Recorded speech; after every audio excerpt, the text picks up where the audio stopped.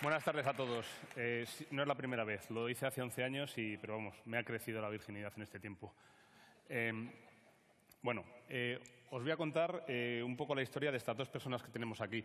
A la derecha tenemos a Mutawalli II, que es alguien que seguramente casi nadie en la sala conozca, mientras que al otro lado, a la otra derecha, tenéis a uno de los iconos de lo que es la figura del faraón, a Ramsés II. Ramsés II lo identificamos casi todos con esa figura del faraón, en gran parte porque a lo largo de todo su reinado, durante los 66 años que estuvo en él, construyó algunas de las estatuas iconográficamente más reconocidas de todo el Egipto antiguo. Precisamente algunas de las más reconocibles, pero seguramente son las que tenéis aquí arriba, que son los 4 colosos que se pueden encontrar en el Templo Grande de Abu Simbel a la entrada, con más de 20 metros de altura, o la gran estatua que se encuentra en el centro del Templo de Luxor, de 17 metros de altura. Ramsés II, a lo largo de su mandato, se preocupó muchísimo de mantener la figura del emperador como una figura de importancia y que garantizase ese poder y esa bravía de lo que era el nuevo imperio egipcio. Y, en parte, todo esto comenzó nada más llegar a la posición de poder, ¿no? Cuando murió su padre, Seti I, Ramsés II estaba en unas campañas militares en Nubia, lo que es el actual Sudán, y regresó a Tebas, a la capital, y ahí tomó el poder, y de ahí directamente se dirigió con todo el ejército a retomar lo que era la Siria, todo el levante del Mediterráneo. Y allí estuvo 5 años batallando de forma más o menos continua, hasta que coronó finalmente lo que se conoce como la batalla de Kadesh, de la que salió victorioso. Tan victorioso que a su regreso a Egipto decidió recubrir todos los templos de bajos relieves como este que encontramos aquí, que es el propio Ramsés II, en un carro disparando. Y además de todos los relieves que puso en multitud de templos que se conservan en la actualidad, también escribió un poema y un boletín de guerra que aparece en multitud de paredes y en multitud de papiros, se ha encontrado más tarde. Toda esta historia y esta narrativa de grandeza, en la que en todos esos escritos el propio Ramsés II aparece descrito como el héroe, ¿no? No, el héroe de forma individual, no solo el héroe de la grandeza de Egipto. Y toda esa idea de gran faraón y de la grandeza de Egipto, así como las construcciones, se transmitió a lo largo de la historia a través principalmente de fuentes griegas. Aquí tenemos a Heródoto, que escribió historia, en el que escribía toda la historia de la antigüedad y dotó de una gran grandeza, ¿no?, al imperio egipcio, en la figura de Sesostris, un faraón que realmente no existió, pero que en gran medida está basado en la figura que conocemos de Ramsés II. Y luego Manetón, que era un egipcio del siglo III a.C., en su recopilación de la lista de los faraones egipcios puso en un lugar de alto valor Ramsés II. Todo eso, poco a poco, pasó a las fuentes romanas, a las fuentes hebreas, a las fuentes árabes, y de algún modo cristalizó en nuestra idea un poco mítica de lo que era el Egipto antiguo. Y ese Egipto antiguo, pues poco a poco, a pasar la Edad Media y cuando llegó la Edad Moderna, pues los ingleses empezaron con esa curiosidad que tenían y empezaron a viajar a tierras lejanas, el interés con Oriente, y empezaron pues a llegar a admirar las pirámides, a mirar Abu Simbel, a admirar Luxor. Y claro, allí pues poco a poco veían que esa grandeza que se describía en los textos de Heródoto era de algún modo real. Y fue cuando descubrimos esta gran pieza, que es la piedra Rosetta, en 1799, cuando además pudimos validar de forma directa que todos los escritos de las paredes de alguna manera describían todo eso que decía Heródoto, que Ramsés II era el gran vencedor de la batalla de Kadesh, en la que había destrozado completamente a sus enemigos y que la grandeza de Egipto se había realzado gracias a eso.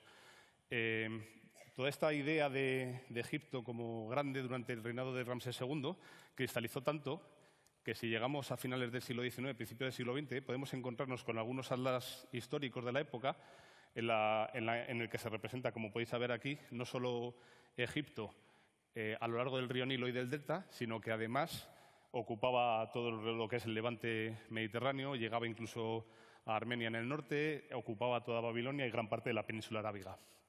Y esto fue más o menos así hasta que se descubrió esto.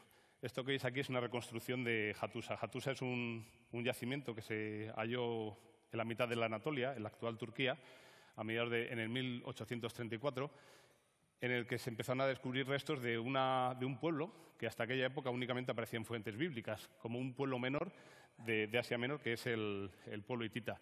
En realidad, el pueblo hitita, que había sido denostado totalmente por la historia, había sido un gran imperio que las tablillas mostraban que eran capaces de comerciar al mismo nivel con otros imperios que conocemos, como son el imperio asirio y el imperio sumerio, pero incluso con el imperio egipcio.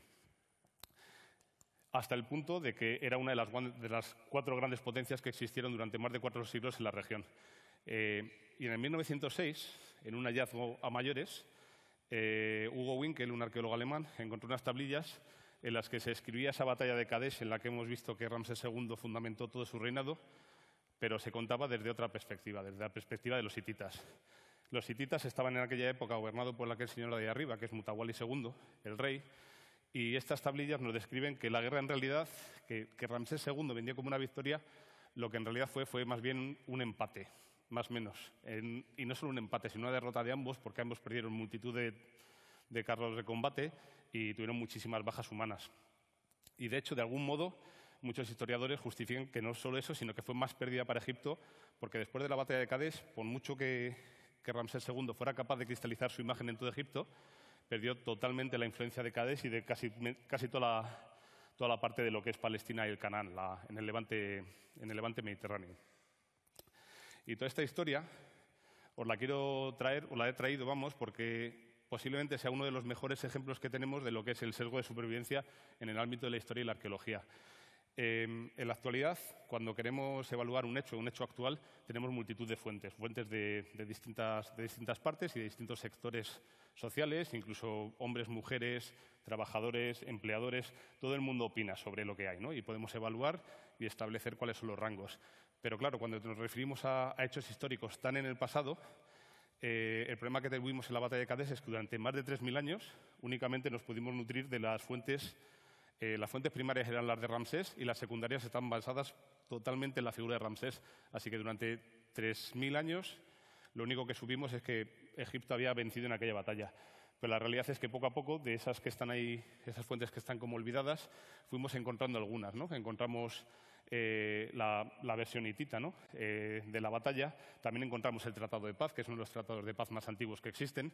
Y todo eso nos ha permitido reconstruir de nuevo toda esa parte de la historia de una manera un poquito más consensuada por alguna de las partes. Y esto es importante porque es imposible pretender volver al pasado y reconstruir la historia tal y como fue. En este caso en particular tenemos únicamente la fuente de Ramsés II y todas las fuentes secundarias que básicamente se basan en lo que decía el emperador que teníamos que decir, y las fuentes de Mutawalli II como rey de los hititas y algunos aliados. Pero básicamente es eso, no sabemos absolutamente nada de lo que opinaban los pueblos menores, que puede que ni conozcamos que existieran, o ni siquiera otros ámbitos de la sociedad, tanto egipcia como hitita. Y de algún modo quiero terminar con esta reflexión. Podría haber traído la típica cita apócrifa de Churchill, pero he decidido ir un poquito más atrás y buscar una de este francés, Alexis Guinard, que dice que puede que la historia sea justa, pero no olvidemos que la escribieron los vencedores. Y quiero hacer una importante anotación en este punto. Es cierto que, de algún modo, son los vencedores o los que se mantienen en el poder los que son capaces de escribir sus crónicas y son quienes deciden de todas las fuentes que existen cuáles son las que se preservan o aquellas que tienen que ser destruidas. Pero en realidad es el trabajo de arqueólogos e historiadores, un poco como nos ha contado Marga esta mañana, los que tienen que, con todas las fuentes existentes y siendo conscientes de aquellas fuentes de las que no disponemos, reconstruir una historia que sea más o menos factible, siempre dejando clara cuál es la interpretación que nosotros les estamos dando. Eso es todo. Muchas gracias.